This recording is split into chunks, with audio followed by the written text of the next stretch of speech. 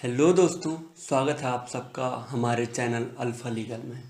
मैं हूं आपका दोस्त अभिषेक मिश्रा और आज हम स्टार्ट करने जा रहे हैं एक बहुत ही इम्पॉर्टेंट लेक्चर सीरीज जिसका नाम है इंडियन कॉन्स्टिट्यूशन। तो चलिए श्री गणेश करते हैं।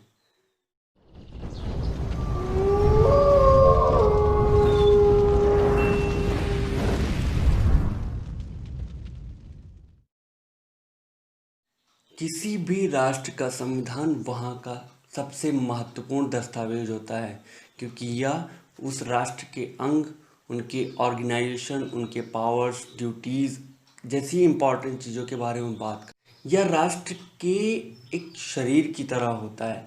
जिस प्रकार हमारा शरीर जितना मजबूत और स्वस्थ होगा, उसमें खराबी की चांसेस बहुत कम होंगे।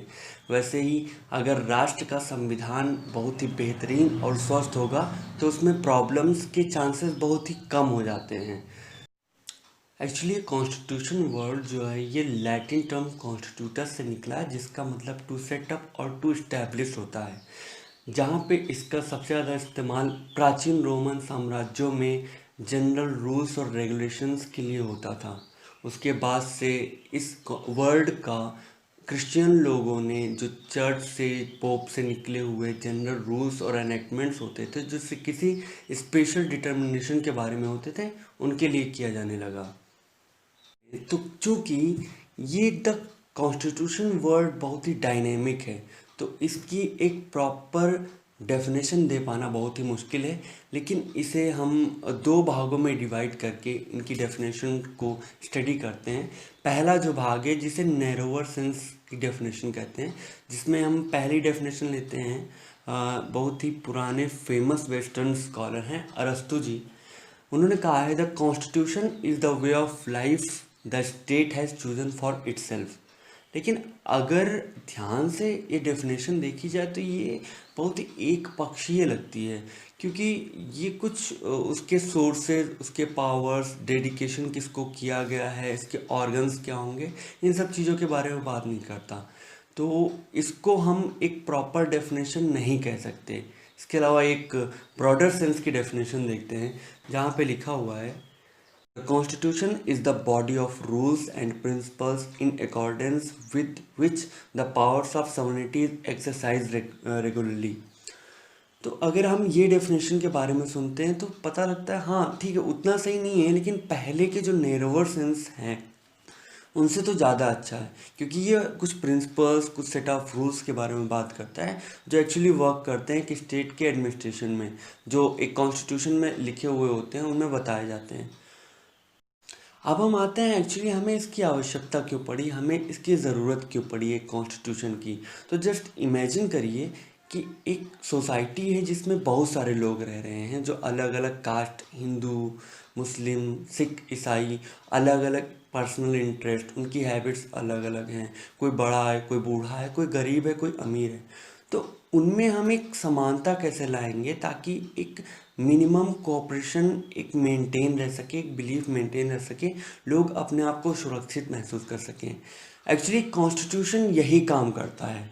जो हमारा हिंदी शब्द संविधान है, इसको अगर शाब्दिक अर्थों पे इसका संधि विच्छेद करेंगे तो ये सम और विधान से मिलकर बना है, जहाँ पे कई डिफरेंट जो इंटरेस्ट के लोगों को एक मिनिमम कोऑपरेशन वाला एक minimum fundamental basic rule provide कर दिया जाता है, जिससे वो एक इक्वलिटी के बेस पे रह सकें और काम कर सकें।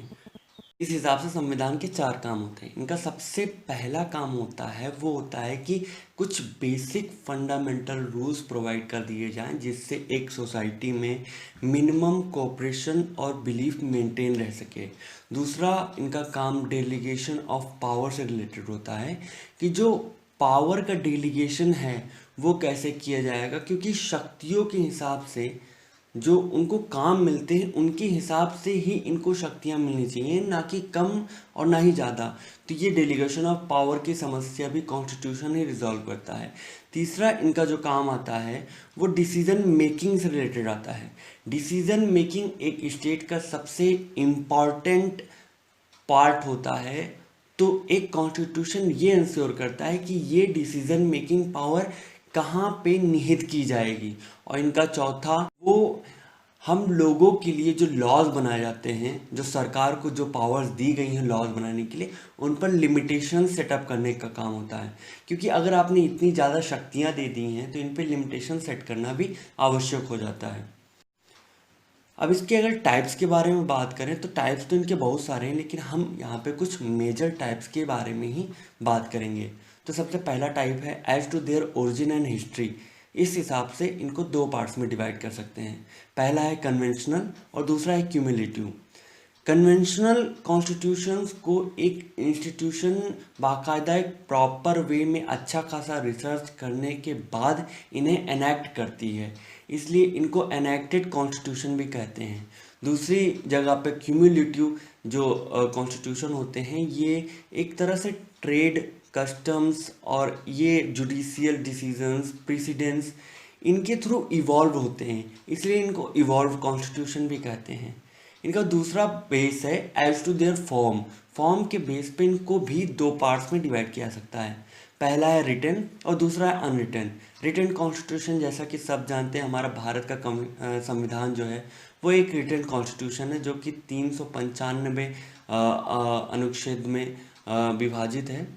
और अनरिटन कॉन्स्टिट्यूशन जैसे कॉमन लॉ है, जो एक इंग्लैंड का कॉन्स्टिट्यूशन है, ब्रिटेन का, वो अनरिटन कॉन्स्टिट्यूशन है, क्योंकि वो वही ट्रेड, कस्टम्स और जुडिशियल डिसीजंस, प्रेसिडेंट्स इन सब पे बेस है। इसलिए इनका जो तीसरा आता है, तीसरा point as to manner of amendment आता है, कि अमेंडमेंट के बेस पे इन्हें कितने भागों में डिवाइड किया सकता है। तो अमेंडमेंट के बेस पे इनको दो पार्ट्स में इनको भी डिवाइड किया सकता है। पहला है रिजिड और दूसरा है फ्लेक्सिबल। रिजिड कॉन्स्टिट्यूशन वो होते हैं जहाँ पे जो अमेंडमेंट होता है, अमेंडमेंट प्रोसीडर एक टफ होता है, एक स्पेशल प्रोसीडर एक्वायर करना पड़ता है अमेंडमेंट के लिए। जहाँ की फ्लेक्सिबल कॉन्स्टिट्यूशंस में एक ऑर्डिनरी लेजिस्लेटिव प्रोसीडर के थ्रू ही कॉन्स्टिट्यूशन में अमेंडमेंट कर दिया जाता है।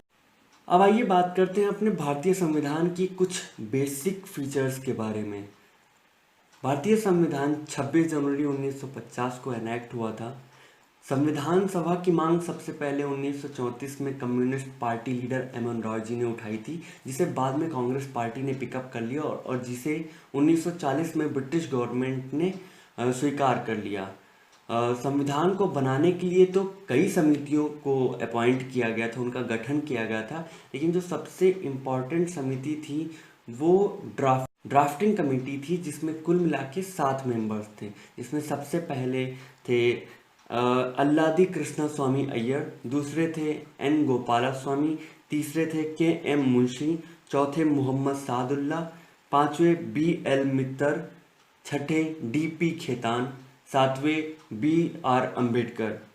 अब अगर इसके सोर्सेज की बात की जाए तो इसमें सोर्सेज भी बहुत सारे हैं, कई देशों से कई फीचर्स, एक राष्ट्रों से 3, 4, 5 फीचर्स लिए गए हैं, लेकिन यहाँ पे हम कुछ मेजर फीचर्स के बारे में बात करेंगे। तो सबसे पहले आता है यूके के कॉन्स्टिट्यूशन से।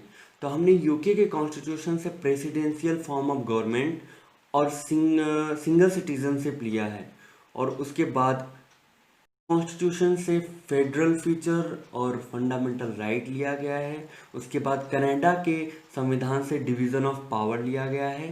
फ्रेंच के संविधान से इक्वलिटी, लिबर्टी और फ्रेटर्निटी का कॉन्सेप्ट लिया गया है। उसके बाद सोवियत यूनियन के संविधान से हमने फंडामेंटल ड्यूटीज़ और प्लानिंग कमीशन का आइडिया लिया है। तो दोस्तों, आज के लिए बस इतना ही, बाकी का आगे की वीडियो में। नमस्कार।